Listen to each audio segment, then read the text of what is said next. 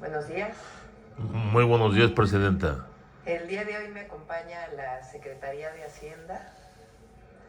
Vamos a platicar de en qué consiste el paquete que se envió al Congreso de la Unión. Lo va a presentar el secretario de Hacienda, el doctor Rogelio Ramírez de la O. Y después contestamos sus preguntas y al final suave patria. Adelante, Rogelio. Bueno, con permiso de la presidenta, les voy a dar un panorama del proyecto de presupuesto que presentamos a la Cámara de Diputados y a la de Senadores el pasado 15 de noviembre. 3 consideraciones para la elaboración. Este proyecto tiene principios en el humanismo mexicano, es decir, la consolidación de un desarrollo con beneficios compartidos. 2. Está inserto en el cumplimiento de los 100 compromisos que asumió la presidenta doctora Claudia Sheinbaum Pardo el día de su toma de protesta. En este sentido, el proyecto corresponde al año 2025, pero tiene visión de mediano y largo plazo. 3. Busca el equilibrio entre ingreso y gasto de tal forma que se logra la disminución del déficit presupuestal de 5.9% del Producto Interno Bruto a 3.9% del Producto Interno Bruto y continúa con un mensaje de que la situación fiscal se consolide. Respecto del monto, el total es 9.3 billones de pesos, un incremento nominal de 2.6% respecto al autorizado para el año 2024, equivalente a 235,000 millones de pesos. Del total, el gasto programable, que quiere decir lo que el gobierno puede programar, es decir, hay gastos que el gobierno no programa que ya están, como las participaciones de estados, el costo financiero, en fin. Lo que programamos en el gobierno son 6.5 billones orientados al cumplimiento de objetivos y metas. 2.8 billones es el gasto no programable, que ya les mencioné, es el servicio de la deuda. El gasto programable de 6.2 billones de pesos está dirigido a las prioridades del gobierno federal, y voy a destacar el renglón salud, tiene 2.2 billones y que es el 34% del total. 1.1 billones corresponden a los programas sociales que ya se venían otorgando, pero que además están reforzados por un programa de vivienda social cuya meta en el sexenio es un millón de viviendas. También por la universalidad de la beca a la educación básica, el apoyo a mujeres de 60 a 64 años, las preparatorias y universidades para el bienestar y el bienestar casa por casa, que son proyectos nuevos, todos estos, que la presidenta anunció ya en una oportunidad. Para la inversión, el presupuesto son 996,000 millones en proyectos estratégicos, todos con una perspectiva regional, generando polos de bienestar en diferentes regiones. 276,000 millones de pesos es el gasto de inversión que corresponde y que será ejercido por las entidades federativas a través de aportaciones del gobierno federal que son transferidas a entidades. Además de lo anterior, hay otros rubros importantes que son 723,000 millones de pesos destinados a educación en todos los niveles y modalidades. Los 297,000 millones corresponden a seguridad y 104,000 millones al campo. Aquí vamos a mencionar, estoy en esta distribución del presupuesto.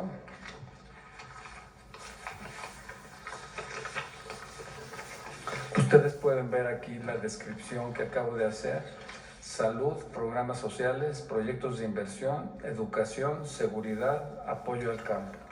Aquí está contenido o vaciado el gasto programable. Voy a destacar los programas sociales y los programas de inversión. Los programas sociales, pueden ustedes verlos en esta gráfica, son 836,000 millones de pesos, son los prioritarios. Aquí está la pensión de adultos mayores, que es el programa social mayor, 483,000 millones. La pensión para personas con discapacidad, 29,000 millones. El programa de becas Benito Juárez, 132,000 millones de pesos, que se descompone en varios componentes. La beca universal de educación básica, Rita Cetina, 79,000 millones. Este es un programa social nuevo que les acabo de mencionar.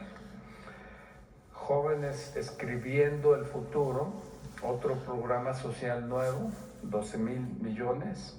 La beca universal de educación media superior Benito Juárez es otro programa social nuevo, 41,000 millones. Continúo con los programas tradicionales que ya existían. La escuela es nuestra, 25,000 millones. Jóvenes construyendo el futuro, 24,000. Niñas y niños, 3,000. Sembrando vida, 39,000 millones de pesos. Fertilizantes, 17,500 millones. Producción para el bienestar, 16,000 millones. Precios de garantía para el sector agropecuario, 12,500 millones. Pesca, 1,600. Programa de vivienda social, 32,000 millones. Apoyo a mujeres de 60 a 64 años. Este es un programa social nuevo de los que acabo de mencionar, 15,000 millones. Bienestar casa por casa también es un programa nuevo, 2,000 millones. Preparatorias y universidades para el bienestar es un programa nuevo, 3,000 millones. Esta es la configuración de los programas sociales que tiene el presupuesto, todos los cuales están garantizados. Y el presupuesto, cuando comenzamos a distribuir el gasto, tomamos esta parte como la que no se puede mover por ningún motivo, porque están en la Constitución, y es un compromiso con la más alta prioridad. Paso a los programas de inversión, y estos son los programas también de inversión física. Yo les mencioné la cifra de 996,000 millones de pesos de inversión total, pero esa inversión total incluye inversión financiera. Aquí estamos hablando de proyectos de inversión física, que son 811,000 millones de pesos. 157,000 millones está en infraestructura para trenes, 20,000 millones en carreteras y caminos, 20,000 millones en infraestructura hídrica, 31,986 millones infraestructura en sector salud, fortalecimiento para seguridad, 14,547 millones, infraestructura y desarrollo en CFE y Pemex, 273,000 millones. Y lo que les mencioné, que es la inversión que está para ser ejercida por las entidades federativas, 276,000 millones. La provisión para desastres naturales, 18,914 millones. El presupuesto está cubriendo todas las necesidades que tenemos en el sector público, en el sector social, en el sector de infraestructura, y está también garantizando el pago de intereses de la deuda, el pago del servicio de la deuda, el pago de entidades, aportaciones a participaciones federales a las entidades federativas y todo el conjunto de obligaciones que tenemos en el sector presupuestal. Con eso termino la descripción y lo dejo para algunas otras preguntas o aclaraciones que tengan ustedes. Muchas gracias.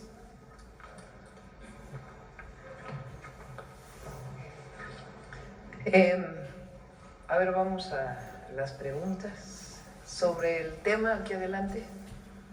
Sobre el tema. Muchas gracias. Buenos días, Presidenta. Arturo Pavón del Chapucero y Efecto Colateral. Bueno, pues acerca del presupuesto para el sector salud, pues bueno, los opositores ya salieron con que se le recortó. Ya explicó el secretario que hubo un aumento realmente muy bueno del 3%. Sin embargo, en relación a esto, un grupo de pacientes del Instituto Nacional de Neurología y Neurocirugía nos han comentado que pues sus medicamentos no les han llegado y que lo que han dicho, lo que les responden las autoridades es que no tienen el presupuesto para los medicamentos y vaya, lo que es esclerosis múltiple requiere un tratamiento permanente. ¿Y cómo se podría garantizar entonces a través del presupuesto? ¿Sería del Instituto de Neurología, el sector salud o el presupuesto del IMSS Bienestar? ¿Cómo se podría garantizar ese medicamento y tratamiento? Recuerden que medicamentos está concentrado en Birmex, porque ahí se hacen las compras consolidadas. Estuvo aquí Eduardo Clark con el doctor Kersenovich también, y explicaron que este año se está haciendo una compra extraordinaria, entre otras para suministrar los medicamentos de neurología y otros medicamentos especializados que irían a esta institución y a otras instituciones. Está ya por fallarse, ¿verdad? Y además la compra consolidada de los próximos 2 años. Entonces, está contemplado, se está haciendo la compra y van a llegar los medicamentos. Muchas gracias. Y, bueno, y también en salud es importante porque ahora sale en el rubro de IMSS Bienestar. Si ustedes ven en el presupuesto, IMSS Bienestar aumenta respecto al año anterior porque se fueron incorporando muchos estados y ahora ya no sale por lo que era antes el Seguro Popular o el INSABI, sino que sale directamente por el IMSS Bienestar. Muchas gracias. 2 curiosidades que circularon por las redes el día de ayer. Uno, bueno, pues una pequeña en una ceremonia de las festividades de la Revolución Mexicana, pues interpretó el papel de la Presidenta de la República. No sé si usted lo vio, ¿qué le pareció? Sí, si quieren lo pasamos al ratito, porque la verdad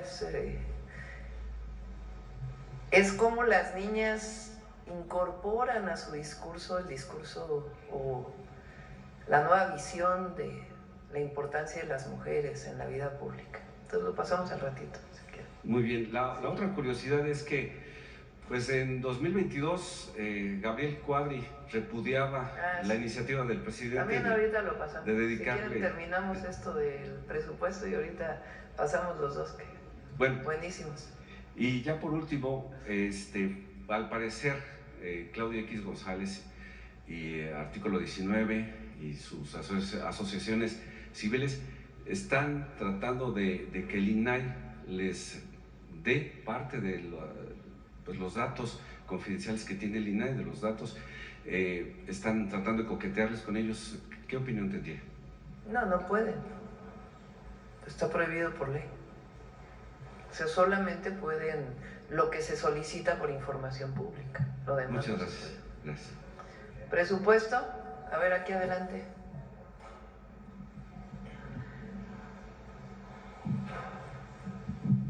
Presidenta, muy buenos días. Aisa García de Telesur. Dos preguntas o tres sobre el presupuesto. La primera es, la Secretaría de Hacienda ha insistido en estos días en la idea de que el PIB crecerá entre 2 y 3%. El consenso del mercado dice que no llegaremos ni al 1.5%, una cifra por debajo de la expectativa. Esto podría impactar en tener que reducir los programas sociales. ¿O de dónde, si tienen previsto, de dónde saldrían los recursos en caso de que no se alcancen esas metas? Bueno, esta pregunta me tomó 15 minutos contestarla en el Congreso. Seguramente ustedes la vieron.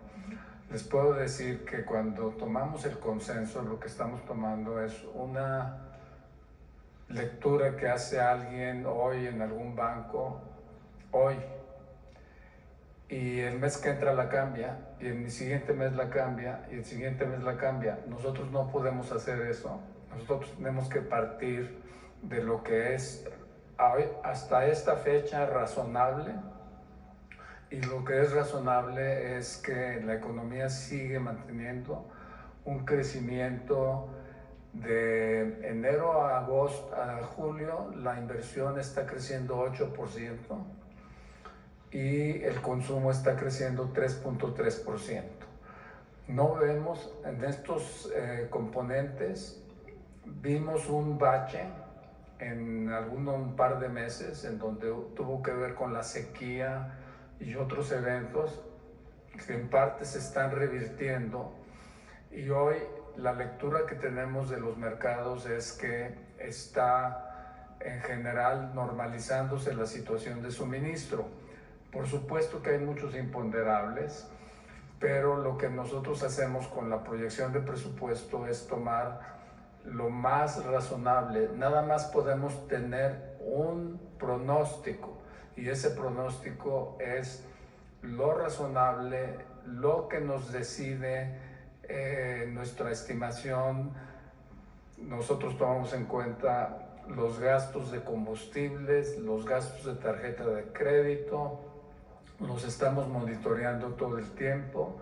Nosotros estamos todo el tiempo hablando con las empresas del sector privado y no están planeando para esa estimación de crecimiento. Entonces lo que les puedo decir es, son dos cosas distintas. Podemos hablar del consenso y es una cosa, y podemos hablar de la estimación de Hacienda y es otra cosa distinta. Muchas gracias. La siguiente pregunta va por ese camino y se dice que para el presupuesto de 2025 se está estimando un precio del barril del petróleo en $57.8 estadounidenses. Ante un escenario internacional como el que estamos viviendo de conflictos bélicos como el de Gaza, Israel contra Gaza y Ucrania ya lanzando misiles, el precio internacional del petróleo podría variar. ¿Tiene el gobierno de México un plan para reaccionar y para proteger el precio del barril? Sí, el precio del petróleo puede subir si hay algo en Ucrania. El precio del petróleo se puede desplomar si el presidente Trump lleva adelante su proyecto de aumentar la producción a lo máximo. ¿Sí? Entonces, ¿qué plan tienen ante esto? Nosotros en Hacienda lo que usamos es una fórmula. Esa fórmula está existente desde desde los años 90. Es una fórmula que toma en cuenta los futuros, los promedios de los últimos 10 años. Es una fórmula que mezcla varias cosas. No está en la ley, no podemos nosotros salir con un precio del petróleo. Es obligatorio para nosotros utilizar esa fórmula y eso es lo que nos da la fórmula. ¿Hay algún blindaje con eso? ¿Perdón? ¿Eso lo blinda México?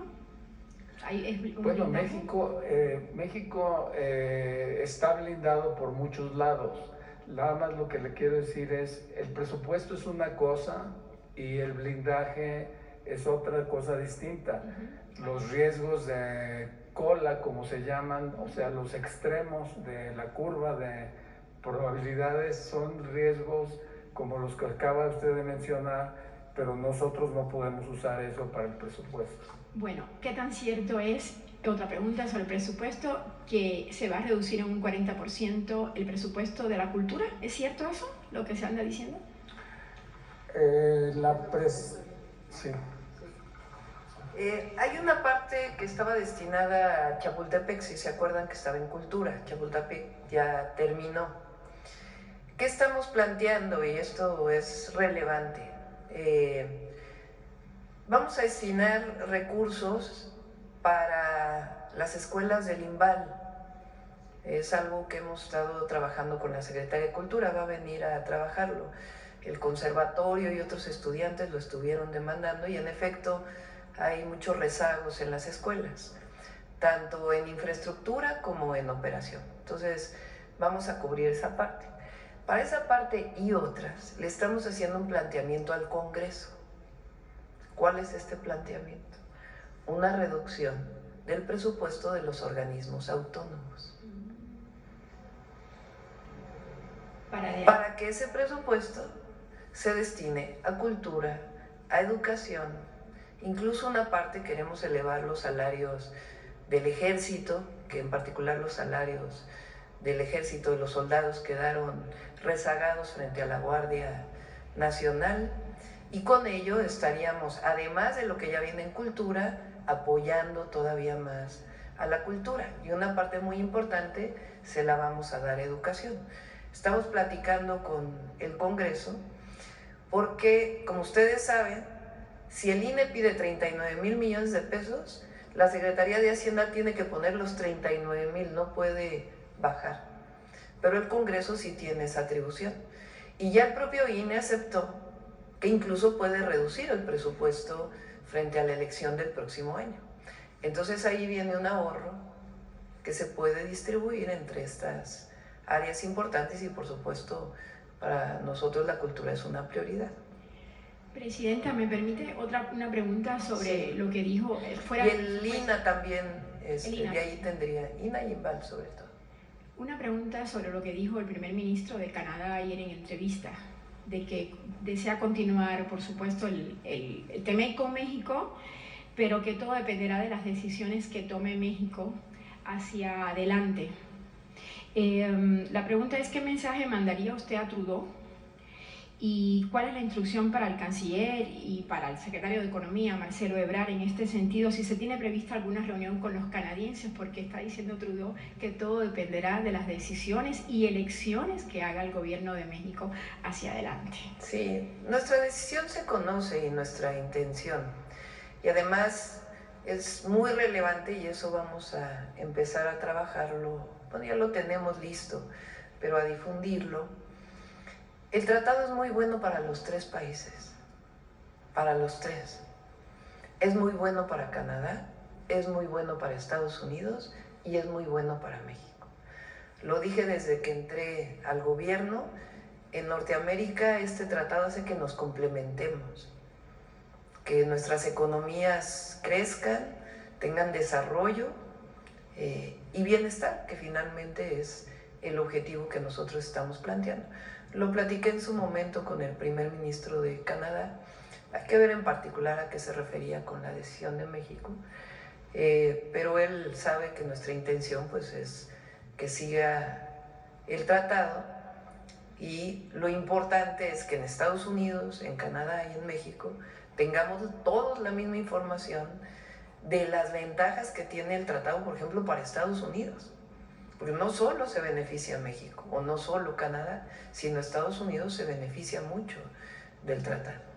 Presidenta, una última pregunta, perdón que abuse, pero hay un tema muy importante sobre Ecuador, tal vez más terrible, bueno, como lo estamos viendo los medios, que el asalto o la invasión a la embajada mexicana en Ecuador.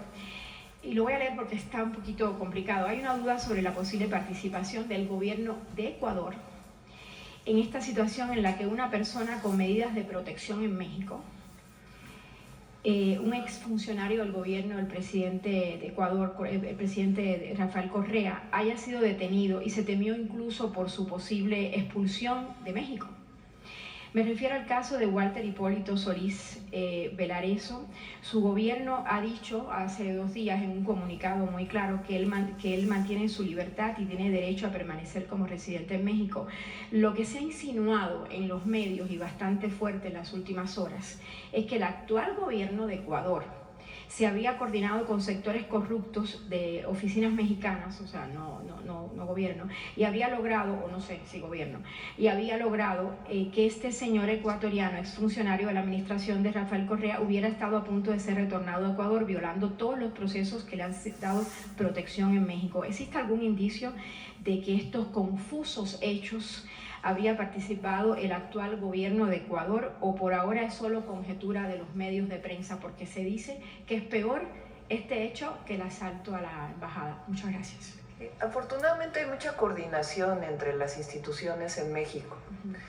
Esta persona es refugiado, tiene esa categoría, pero al mismo tiempo tenía una ficha de Interpol. Ustedes saben que cuando hay una ficha de Interpol, pues hay una ficha roja de detención. Entonces se hizo la detención, pero de inmediato hubo la comunicación entre las instituciones para decir no puede ser ni extraditado ni llevado a Ecuador porque tiene el estatus de refugiado. Entonces muy rápidamente se resolvió. Entonces esa fue la situación, pero afortunadamente hay mucha coordinación. Sobre el tema, a ver aquí. Gracias, doctora. Perdón, presidente. Muy buenos días a todos. Juan Hernández de Hierro Vasca, Tabasco, Campeche y Quintana Roo y de Grupo Cantón.